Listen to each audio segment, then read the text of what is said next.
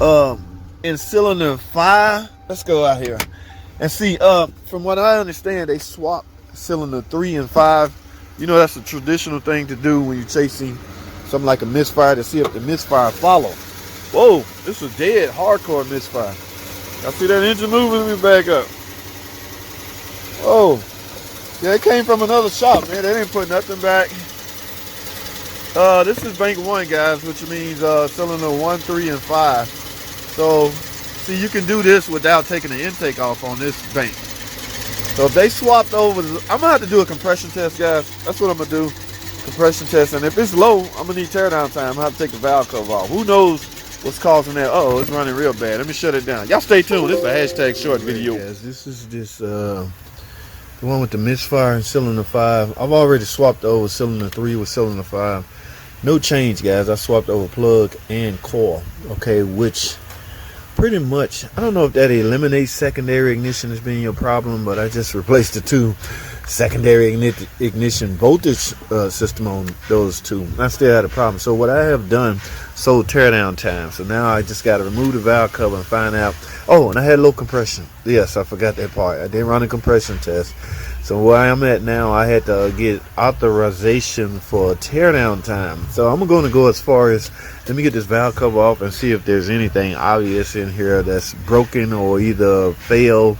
I won't know until I get the valve cover off. So let me get this plenum off and this valve cover off. We're going to go from there, y'all. Let's get it.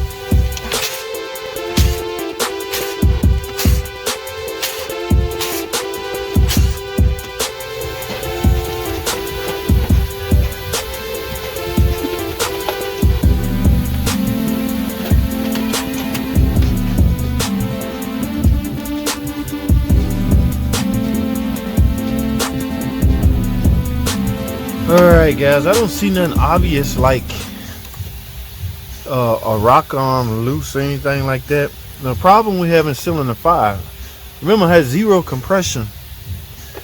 Golly, I was hoping to see like a cam lobe beat up or broken. None of these cam lobes scratched, and all these rocker arms are in place. Uh-oh, wait a minute. Ooh, y'all see down here? Oh, this spring. Oh no. Wait a minute, am I looking at that right? Did that spring look like? Oh my God, goodness, guys. Alright, I need to take this intake cam off. Y'all see that spring down there? Remember, the problem's in cylinder 5. This cylinder 5, 0 compression. Valve train look intact. How in the...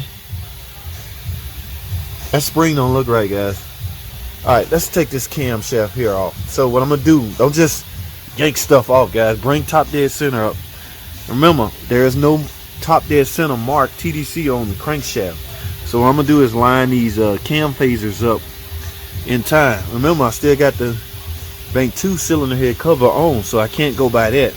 So your only other option is it's the only thing you have exposed. So I'm just gonna bring these timing marks up and then disassemble the system. All right. Now I highly suggest you guys use the tool.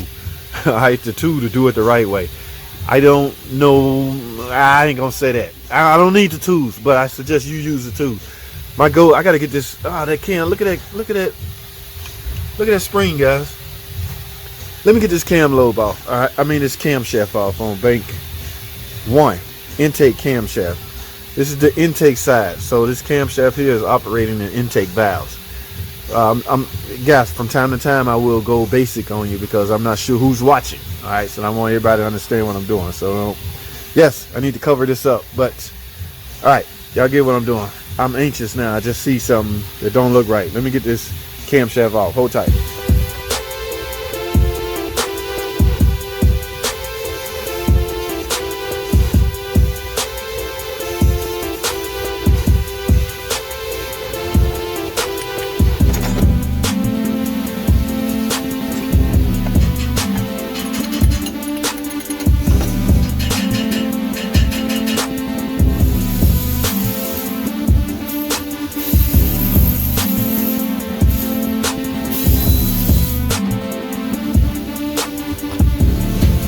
Alright guys, y'all see that?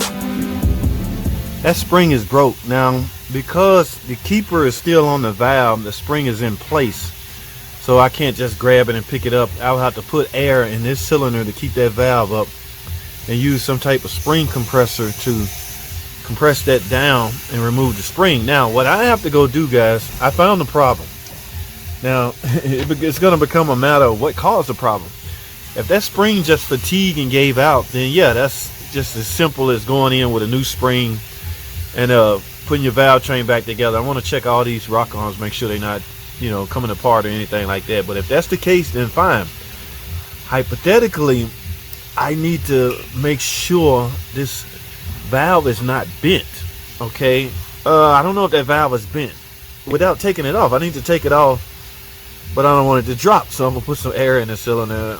It's engine 101, guys. It's been a minute, but I need to go find out a little history as far as our guys just replacing the spring if they fatigue and come apart. Hey guys, this is a high mileage car. I can't remember how many miles exactly, but it's a high mileage car. So don't get on the comments, oh, that piece of junk, Christ, you can't make an engine. No, guys. As you can see, it's not from abuse. The engine is not sludged up or dirty in any way, so they've been keeping up with their oil change. Just high mileage car engine repair fluke, what I like to call it. Coincidental type, I don't know what you call it, but this is my problem. But I got to go and talk to the service advisor and see. I got to find a tool to get that off. I don't want to leave y'all hanging, but y'all want to know what happened and what's going on, don't you? I'm sure you do. So let me take a break real quick, and I'll be right back, and I'll let y'all know what I come up with. Y'all stay tuned. Alrighty, guys, word just came from the top. I need to replace the cylinder head. Okay, I think it was due to the mileage and the fact, the history. Some other shops been working on this engine, and it's the one that they ain't make me replace the engine.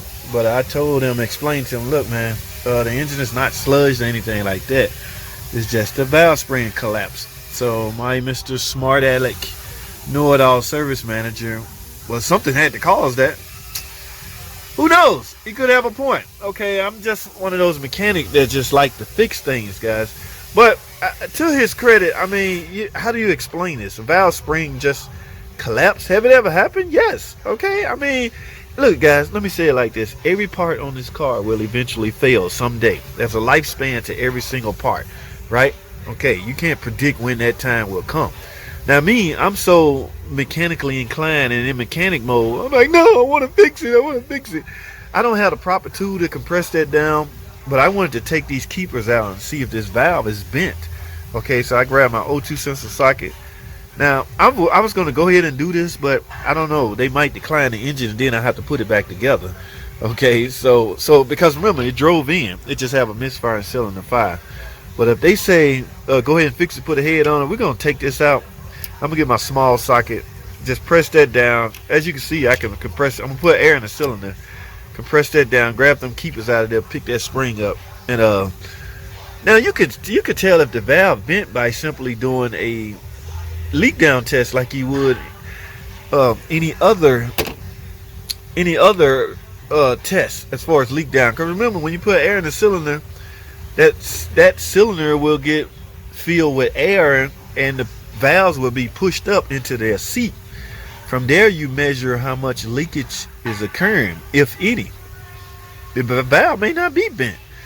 Like I say, it's not my call, guys. If Brothers Motors, we would fix this. Okay, I have rules I have to go by at certain places, and this is one of them. He took one look at the mile. I told him spring is collapsed, broke.